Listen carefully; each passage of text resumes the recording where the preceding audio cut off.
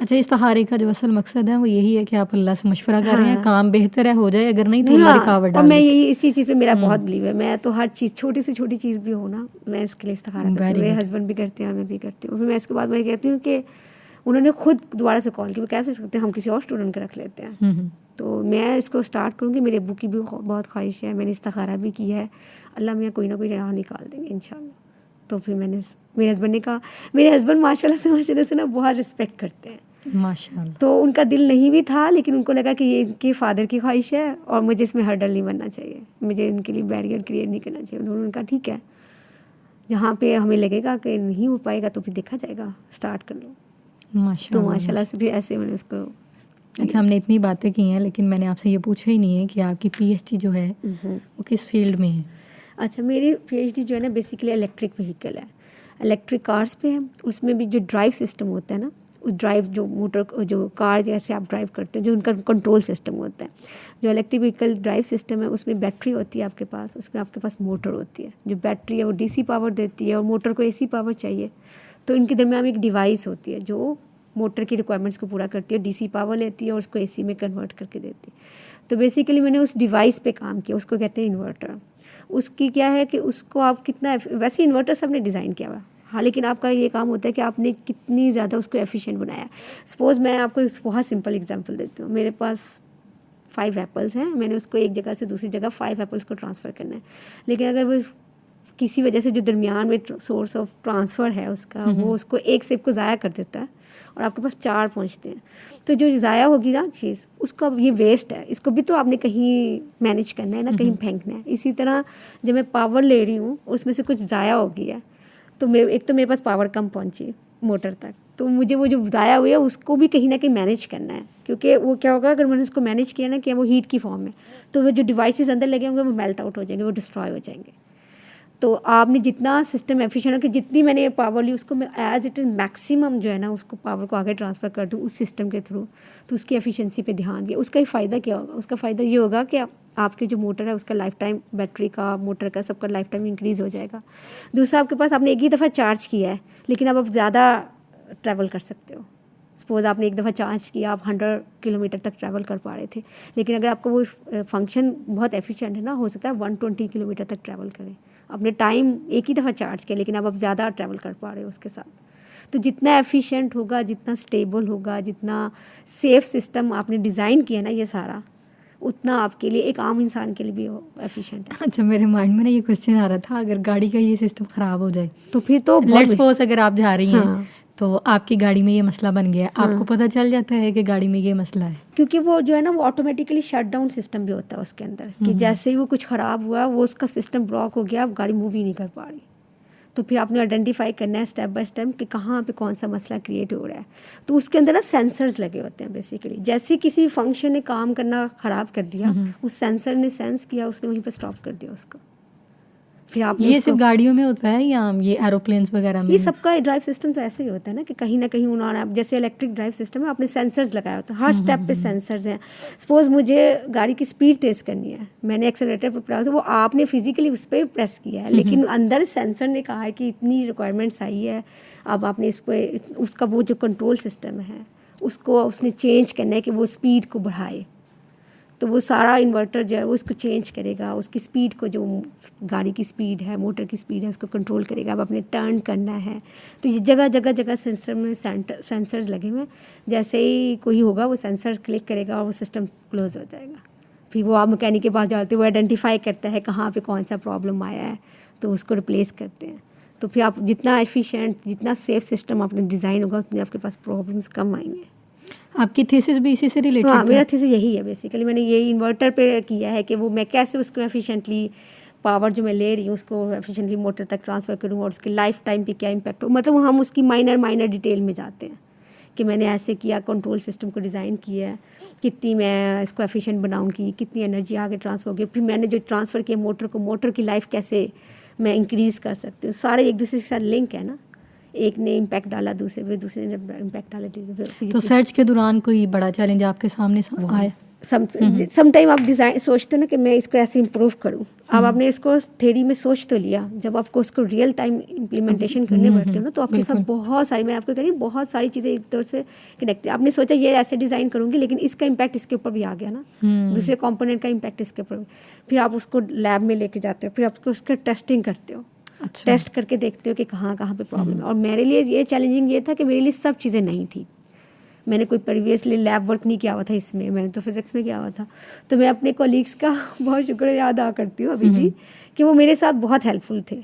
वो मुझे आते थे और मुझे एक एक चीज़ उन्होंने सिखाई, ऐसे टेस्टिंग करते हैं, टेस्टिंग करके फिर आगे आगे बता के जाते थे, ऐसे करना है, ऐसे करना है। तो उनसे मैंने बहुत लर्न किया। फिर मैं ऐसा टाइम भी आया कि जब मैं लैब में अकेली होती थी, 400 वोल्ट पे जा रही हूँ, हाई वोल्टेज है, मेरे सुपरवाइजर कहते इसके ऊपर बॉक्स रख देना, ये ना ये फटे और आपको ही कुछ हो जाए और आप अकेली होंगी लैब में। अल्लाह अकबर। तो फिर मैं अपने सुपरवाइजर के लैब में बुलाती थी, वो आके चेक करते थे। It is too much tough. हाँ, बहुत हाई वोल्टेज है, आपकी अपनी जान का खतरा है ना, आपको अपनी जान का खतरा है। कहीं से कोई तार आपको टच किया और आप हैं भी उस वक्त, अगर बाई चांस अकेले, तो बस आप गए। अच्छा मुख्तरमा, ये बताइएगा कि आपकी जो सर्च है, ये रिसर्च का आम इंसान की ज़िंदगी पर कोई असर पड़ा होगा? ये इसी तरह है ना, आपको नहीं पता मैंने कैसा सिस्टम डिज़ाइन किया, लेकिन जब आप बैटरी को चार्ज करेंगे ना, आपने चार्जिंग सिस्टम पे लगाया, सपोज अब मैंने आपको पहले भी एग्जांपल दी कि आपने चार्ज किया एक दफ़ा उसको, तो आप पहले तो कम डिस्टेंस ट्रैवल कर पाते थे, आपको दोबारा से रिचार्ज करना है, कहीं उसको स्टैंड पे लगाना है, कहीं उसको चार्ज अप करना है, फिर आपने चलाना है। अब आपको जब आपका ये सारा सिस्टम अच्छे से काम कर रहा है और ज़्यादा एफिशिएंटली काम कर रहा है, तो आप ज़्यादा देर तक उसके साथ ट्रैवल करोगे।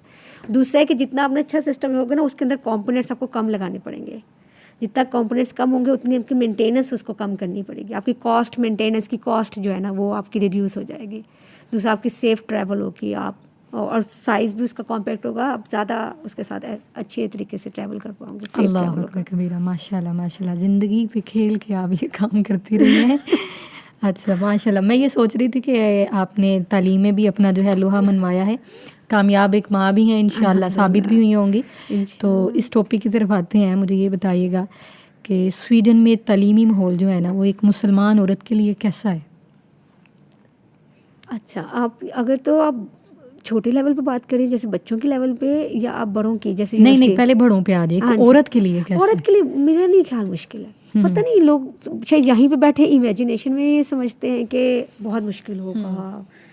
मैं तो जब गई थी कि मेरे सुपरवाइज़र ने, हमारा ये होता है कि आप जब पहली दफ़ा आते हो तो वो आपको पूरी फैकल्टी के साथ हर एक के रूम में नॉक करते हैं, आपको लेके जाते हैं, ये नई PhD स्टूडेंट है, यहाँ से आई हैं। तो पहली दफ़ा जब किसी ने सलाम लिया तो मेरे सुपरवाइज़र ने कहा ये मुस्लिम से नहीं लेती। किसी उस दिन के बाद सब रिस्पेक्ट करते हैं, कभी किसी ने ऐसे कुछ नहीं किया।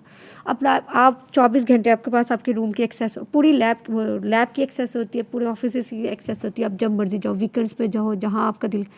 मैं चूँकि एक माँ भी हूँ और मेरे साथ टाइम मैनेजमेंट का बहुत इशू होता है, क्योंकि सम टाइम अगर बच्चा बीमार पड़ गया, 4 दिन मैं यूनिवर्सिटी नहीं गई, तो काम तो बड़ा हुआ है ना, तो मैं वीकेंड्स पे बहुत जाती रही हूँ।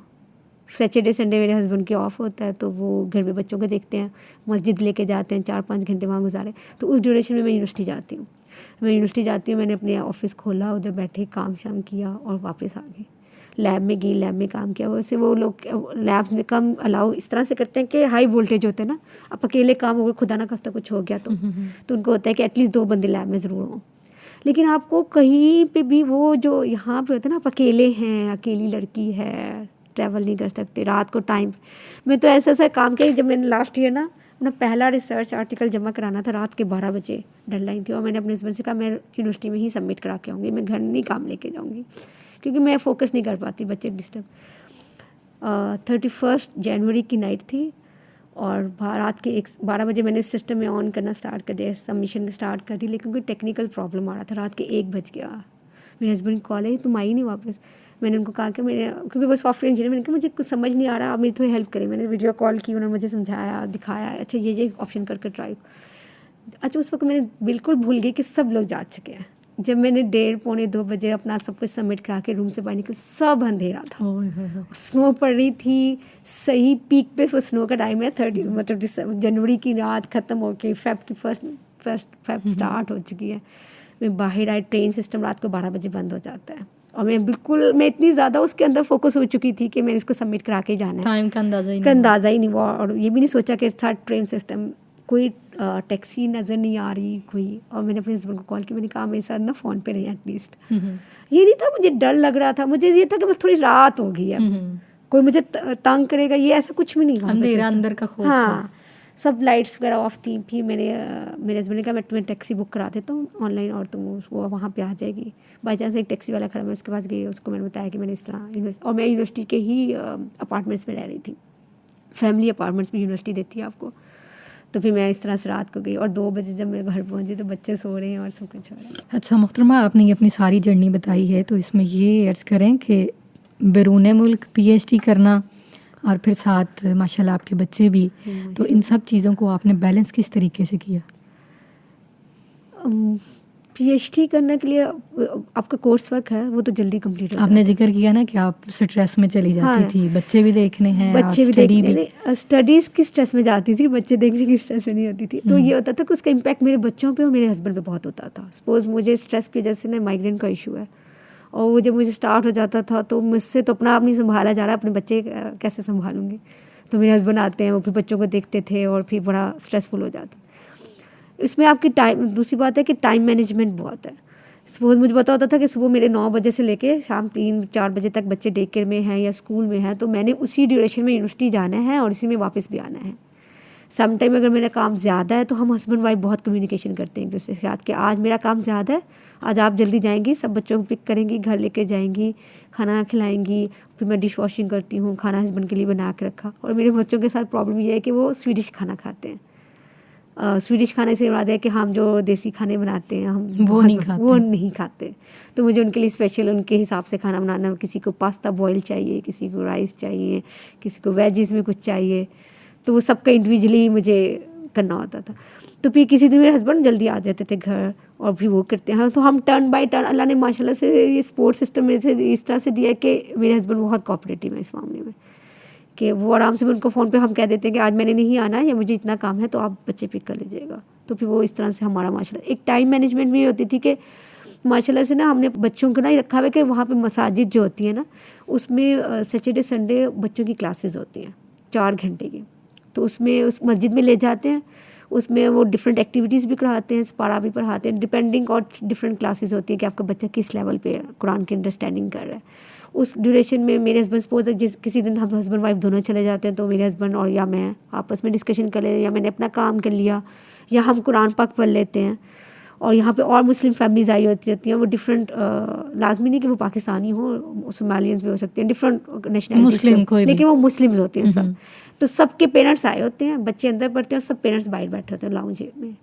तो वो 4 घंटे की क्लास चलती है, वहाँ पे बच्चे ज़ोहर की नमाज़ भी पढ़ते हैं, सम टाइम असर की नमाज़, जैसे समर में विंटर में शॉर्ट होता है ड्यूरेशन, तो असर की नमाज़ ज़ोहर की नमाज़ बच्चे हर वीकेंड पे वहीं पे पढ़ते हैं।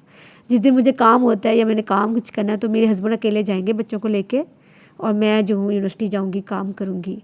तो हाँ माशाल्लाह से इस तरह से है कि मेरा सपोर्ट सिस्टम ये भी रहा है, टाइम मैनेजमेंट हो जाती थी कि आगे पीछे कर लिया ना, या रात को लेट नाइट काम कर लिया, तो उससे मेरे सुपरवाइज़र काफ़ी सपोर्टिव रहे हैं माशाल्लाह से।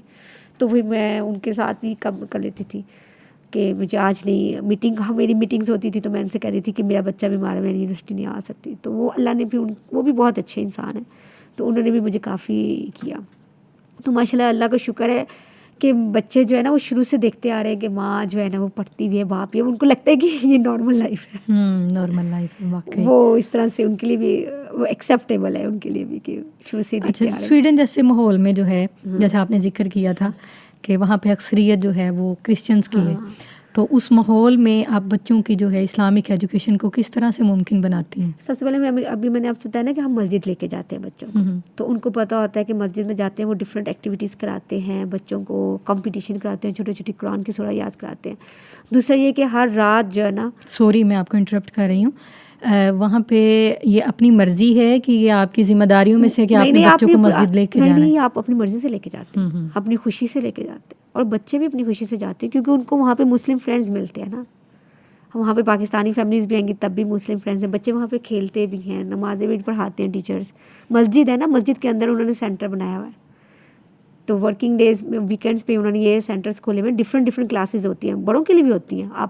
हम पे करते हैं इसके लिए क्योंकि जो ऑर्गेनाइजर्स हैं उनको कहीं ना कहीं से आप उनको, वो टीचर है ना, तो आप उनको पे करते हो पर मंथ बच्चे के लिए, जितने बच्चे हैं आपके उस हिसाब से एक्टिविटीज़ होती हैं और एक्टिविटीज़ के अलावा वहाँ पे स्टडी भी बच्चों की स्टडीज़ होती भी बच्चों वो एक्चुअली स्कूल उनका मुस्लिम है बाय चांस, अल्हम्दुलिल्लाह एक इस्लामिक स्कूल है। इस्लामिक स्कूल इस सेंस में है कि टीचर्स मुस्लिम है वहाँ पे, स्वीडिश सिस्टम ही है, स्वीडिश क्राइटेरिया है, सारा करिकुलम स्वीडिश में है, लेकिन टीचर चूँकि मुस्लिम्स हैं वहाँ पर मेजॉरिटी उनकी, तो बच्चे स्कूल भी वहाँ पे भी जाते हैं। और दूसरा ये रखा हुआ है कि हमने जो है ना हमारे घर में माशाल्लाह मुझे लगता है कि जो आपका घर का इन्वायरमेंट है वो बहुत इम्पैक्टफुल होता है बच्चे की लाइफ में। माशाल्लाह से हम हस्बैंड वाइफ 5 वक्त की नमाज़ पढ़ते हैं। हम अभी ये रमज़ान गुजरा तो हम बच्चों को ना वैसे भी हर फ्राइडे को नमाज़ पढ़ाने लेके जाते हैं, हम खुद भी पढ़ने जाते हैं ज़ोहर की जमात के साथ, तो एक उन्होंने शुरू से देखा हुआ है। और रमज़ान आया तो हम नाइट्स में भी हम मगरिब से चले जाते हैं, मगरिब से पहले अफ्तार बनाते हो, तो हमारे बच्चों को पता है कि रमज़ान स्टार्ट हो गया, अफ्तार बनेगा, हम सब मस्जिद जाएंगे, मगरिब पढ़ेंगे। और जब लास्ट 10 नाइट्स थी तो हम पूरी रात वहाँ पे रहते थे, तरावी पढ़ते थे बच्चों को, मैं वहीं पे। और माशाल्लाह इतने लोग आते हैं ना कि सिर्फ हमारी फैमिली नहीं है, इतने लोग आते हैं कि हम जो है ना बच्चों के बिस्तर भी साथ लेके जाते हैं, क्योंकि सर्दियाँ होती है ना हमारे यहाँ, तो सर्दी बहुत ज़्यादा होती है, तो वैसे तो वो थोड़े ब्लैंकेट भी ले लिए कि कुछ बच्चों ने नमाज़ें पढ़ ली, और उसके बाद तरावी बहुत लंबी है। इतने यूज टू हो गए कि जब रमज़ान ख़त्म हो गया तो मेरे बच्चों ने हमें ज़िद करना शुरू कर दिया कि हमने तो मगरिब के टाइम जाना ही जाना है, जैसे हम रोज़ जाते हैं। और मेरे हस्बैंड कहते हैं कि अब इनको कुछ अर्सा तो लेके हम जाएँ ना, ताकि इनको लगे कि वाकई ये रमज़ान के बाद भी कंटिन्यू करनी चाहिए चीज़ें, कि सिर्फ रमज़ान में नहीं करनी चाहिए। तो बच्चों के ना ये माँ बाप के जो खुद अपना आपका जिस तरफ झुकाव होता है, ऐसे पेरेंट्स की ब्लेसिंग है। हाँ, आपका जिस तरफ खुद झुकाव हो ना, आपकी जो एक्टिविटीज़ खुद की है ना, बच्चे वो ऑटोमेटिकली अडॉप्ट करते हैं। दूसरा ये कि रात को जब सोने से पहले ना बच्चों को मैं दुआएं बहुत छोटी छोटी याद कराती हूँ। हमने एक बुक रखी हुई है मुझे, आदाब ज़िंदगी, तो उसमें से हम रोज़ एक डिस्कशन करते हैं बैठ के कभी कभी कि आज ये है, सफ़र के आदाब क्या हैं, बीमार कोई है तो कैसे है, उसके क्या आदाब हैं, आप किसी के बीमार इयादत करने जाते हैं। तो ये छोटी छोटी जो चीज़ें ना छोटी होती हैं, मतलब इतना नहीं कि मैं बहुत ड्यूरेशन लंबा रखती हूँ, 15-20 मिनट। फिर रात को सूरह मुल्क की तिलावत लगाती हूँ, रुकैया लगाती हूँ। ना लगाएं तो बच्चे कहते हैं मम्मा नींद नहीं आ रही, लगाएं इनको, उनके कमरे में लगा के जब तक वो सो जाते हैं, अक्सर सोते हुए भी चलता रहता है। और दूसरी बात है, अब हमने नई एक्टिविटीज़, बच्चे बड़े हो रहे हैं, उनको मैं कहती हूँ कि आपने ट्वाइस लेने या पर मंथ कुछ भी लेना है ना, आप 100 पॉइंट्स गेन करें पर मंथ। तीनों बच्चे इक्वल पे चलते हैं, मगरिब इशा इकट्ठे पढ़ते हैं, मेरे हस्बैंड जमात कराते हैं, सब बच्चे नमाज साथ में पढ़ते हैं, और साथ ही वो रजिस्टर उठा के ले आते हैं जिसमें हम सारे दिन की एक्टिविटीज़ लिखते हैं हर बच्चे की, कि आज इसने इतनी नमाजें भी, हर नमाज पे एक पॉइंट मिलता जाएगा। Very good. और उसके बाद जो है ना, किसी बहन भाई ने आपस में फ़ाइट किया, उसका बैड बिहेवियर -1 हो गया, क्या आपने क्यों, टच तो करना ही नहीं है, मुँह से भी नहीं बोलना। Very good, very good. तो ये, और अगर मम्मा की हेल्प कराई है, या बच्चे ने अपनी क्लास वाले उसकी किसी की हेल्प कराई, किसी की कोई चीज़ की, किसी के लिए दरवाज़ा भी खोला है, तो ये सारे पॉइंट्स उनको पता होता है। हम अपना रजिस्टर साथ पाकिस्तान भी लेकर आए हुए हैं, और फिर उस पर पॉइंट्स रोज़ के गिनते जाते हैं। लास्ट 25 थे, आज 5 और 6 पॉइंट्स गिन किए, 30 हो गए। जब आपके 100 पॉइंट्स हो जाएंगे, आपको करेंसी मिलेगी यहाँ की, और वो भी लिमिटेड होगी, उसमें आप जो शॉपिंग करना चाहें करें। Very good, excellent. ये तो अच्छा अब वो मुझे सब कहते हैं, आप इतनी छोटी सी उनको उम्र में अर्निंग पे लगा दी है कि आप पॉइंट्स करेंगे तो आपको अर्निंग, मतलब अर्निंग है ना उसके 100 पॉइंट्स चाहिए आपको पर मंथ। लेकिन इसका फ़ायदा भी है ना, बच्चे नमाज के करीब हो रहे हैं। नमाज के करीब होंगे। सपोज मेरी जो सबसे बड़ी बेटी है ना, उसको लगेगा कि आज मेरी नमाजें थोड़ी पढ़ी हैं, तो कहेगी मम्मा ठहरे मेरी फलानी वाली नमाज जो है ना वो कज़ा हो गई थी, मैं अभी पढ़ने लगी हूँ। अच्छा, तो मुझे अभी मत लिखे कि मैंने ये नमाज नहीं पढ़ी, मैं अभी पढ़ती हूँ, अभी वो पढ़ेगी, कज़ा करके पढ़। हाँ वो कज़ा, लेकिन मुझे होता है कि थोड़ी यूज्ड टू तो हो रही है। बिल्कुल। अभी तो वो 8 साल की आदत हो जाती है। बाकी 5 साल वाली है और 7 साल में, सबको होता है कि मम्मा बहना के कितने पॉइंट्स हो गए, मेरे थोड़े कम हो गए। वो फटाफट जाएगी किचन में, अगर कोई बर्तन शर्तन धोने वाला होगा धोएगी, कहेगी मम्मा आज मैंने डिश वॉशिंग की है, आप ये वाला पॉइंट लिखते हैं। तो मुझे लगता है कि माशाल्लाह से वो उस लिहाज से आपने ना कुछ खुद से सोचना होता है। फिर अपने फ्रेंड सर्कल में ऐसे लोगों को रखना होता है जिनके बच्चे हों, ताकि बच्चे उनके बच्चों से मिलें, अच्छी बातें सीखें। मुस्लिम्स होंगे तो आपके बच्चों के लिए भी अच्छा है, उनके लिए भी अच्छा है। और बच्चे तो बच्चों को ढूंढते हैं ना, मतलब उनको तो कंपनी चाहिए, तो ऐसी एक्टिविटीज़ रखें, गैदरिंग रखें। तो मुझे लगता है इतना मुश्किल नहीं है, अल्हम्दुलिल्लाह। बिल्कुल, ये चीज़ें छोटे होते शौक और बड़े होकर आदत बन जाती है। हाँ, आदत। क्योंकि मुझे अभी सब कहते हैं कि सही से नमाज नहीं पढ़ी, मैंने कहा तुमको यही है ना कि हम नमाज पढ़ रहे हैं, यही बहुत है। तो उसके ताया अबू आए हैं तो वॉक पे जाने लगे, कहती ताया अबू वॉक पे मत जाए, हम नमाज़ पढ़ने लगे, सब नमाज़ पढ़ेंगे उसके बाद वॉक पे जाइएगा। और उनके ताया अबू रुके भी। Very good, excellent. तो माशाल्लाह से इस तरह छोटी छोटी एक्टिविटीज़ होती हैं जिससे मुझे लगता है इससे आप बच्चों के साथ कनेक्ट भी रहते हैं, इमोशनली कनेक्ट भी रहते हैं।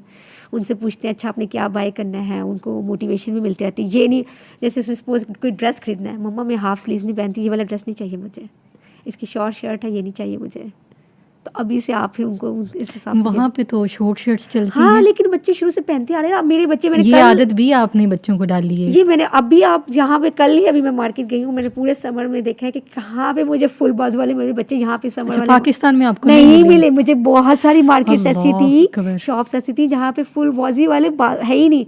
मेरा बेटा भी फुल बाजू पहनता है और वो कहीं पे शर्ट हाफ स्लीव्स हैं, ये है, कोई नहीं खरीद रही। यहाँ से क्यों नहीं, मेरी बहनें कहती कहाँ से, मैंने कहा यार कोई फुल स्लीव्स वाले है ही नहीं, लॉन्ग शर्ट चाहिए, नीज तक शर्ट चाहिए। बच्चे नहीं पहनते, बच्चे इतने यूज्ड टू हो गए। मुझे कहते तुम एक दफ़ा पहनाओगी तो यूज्ड टू हो जाएंगे। मैंने कहा मैंने खुद ही तो यूज्ड टू किया है। अच्छा, आपने जिक्र किया था कि आपके बच्चे जो हैं वो डे केयर में रहते हैं। हाँ जी। तो आप अपनी एजुकेशन को भी, आपके हस्बैंड भी हैं, आप भी हैं, हाँ जी, वो अपनी जॉब पे, आप अपने जो हैं वो तालीम के सिलसिले में, तो बच्चों के साथ आपका टाइम जो है कितना सा गुजरता है? तो बच्चों को दिल के करीब रखने के लिए आप क्या तरीका अपनाती हैं?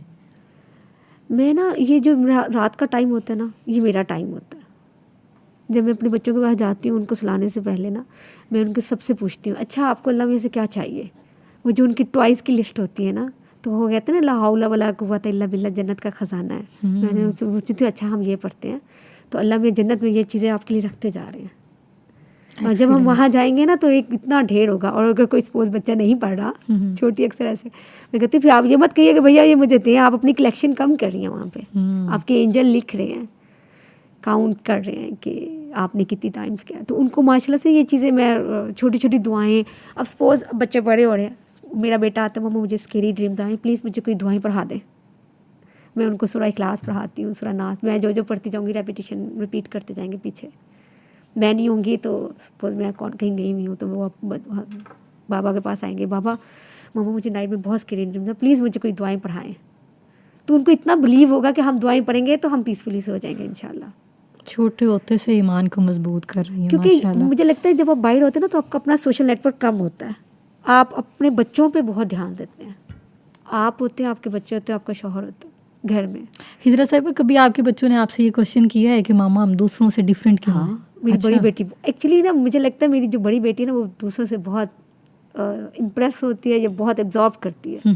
तो वो बाहर जाती थी, मम्मा ये लोग इतनी स्लीव्स क्यों पहनते हैं, हम क्यों नहीं ऐसी ड्रेसिंग कर सकते, या आप क्यों इस तरह से बुर्का पहनती हैं, हिजाब क्यों लेती हैं, हम क्यों लेती हैं। तो मैं उनको बताती हूँ बेटा हम मुस्लिम्स हैं, हम अल्लाह को मानते हैं, हम अल्लाह की ये मानेंगे, अल्लाह हमें इतना नवाज रहा है, ये अल्लाह एक है। ये वो बहुत पूछती है। अब उसको माशाल्लाह इतना अच्छा हो गया कि वो लोगों को बताती है, स्ट्रॉन्ग हो गया।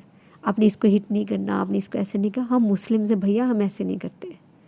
मैं आपको बता रही हूँ, कह रही है कि शॉर्ट स्लीव नहीं पहनी क्योंकि उनको अब माशाल्लाह छोटे छोटे उम्र से ये चीज़ें सिखा रहे हैं। तो वो बच्चे पूछते भी, लेकिन अब उनको पता चल गया कि इनका और हमारे में थोड़ा डिफरेंस है, और उनका वो उनके लिए रिस्पेक्टफुल है और ये हमारे लिए रिस्पेक्टफुल है। आपके मुताबिक जो एक बापर्दा ख़तून है उसको दुनिया में किस चीज़ से जो है वो ज़्यादा खुद एतमादी मिलती है, कॉन्फिडेंस उसके अंदर बिल्ट होता है?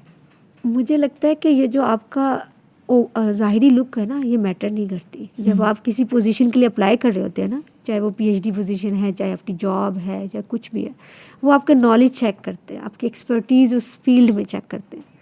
आप इंटरव्यू देते हैं, समटाइम मैं इंटरव्यू के लिए सामने जाती हूँ। आजकल मैं खुद भी जॉब के लिए वहाँ पर अप्लाई कर रही हूँ, मेरी पीएचडी ऑलमोस्ट कंप्लीट हो गया अल्हम्दुलिल्लाह, थीसिस सबमिट हो गया। तो मुझे जब मैं जाती हूँ तो मुझे कहते हैं अच्छा आप ऐसी हैं, लेकिन उसके बाद नहीं वो कहेंगे कि आपने क्यों हिजाब पहना हुआ है। कोई इस तरह के, ये यहाँ पे बैठ के हम सोचते हैं कि शायद उन लोगों को पसंद नहीं है। जैसे उनको राइट है ना कि वो अपने आप को जैसा मर्जी रख सकते हैं, तो हमें भी उतना ही राइट दिया हुआ है इन्होंने कि आप ऐसे रहना चाहती हैं ऐसे रह लें।